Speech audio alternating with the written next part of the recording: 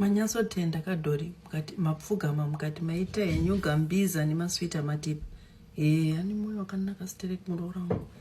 Thank you. Atawo saka munhu wese apiwa paketi rake tone zvakaita kakanaka ningane tenge tunoona saka aya muri kudya ipaketi ripi saka munhu wese avhura paketi vanavo muita kunge vana vasingapiwe chikafu. Why? Vanhu, use your common sense. Hamungavhure mapaketi ese kokuvhura one packet. Vati spoil yourself chii. Imimi use your common sense. Fungai mangwana vanangu. Quit independent test usatu. Ndipe kuno usatu wanengire. Waisao. Zidzirai kudya kunge vanhu vane chikafu mumba. Tunaona. Tunaona.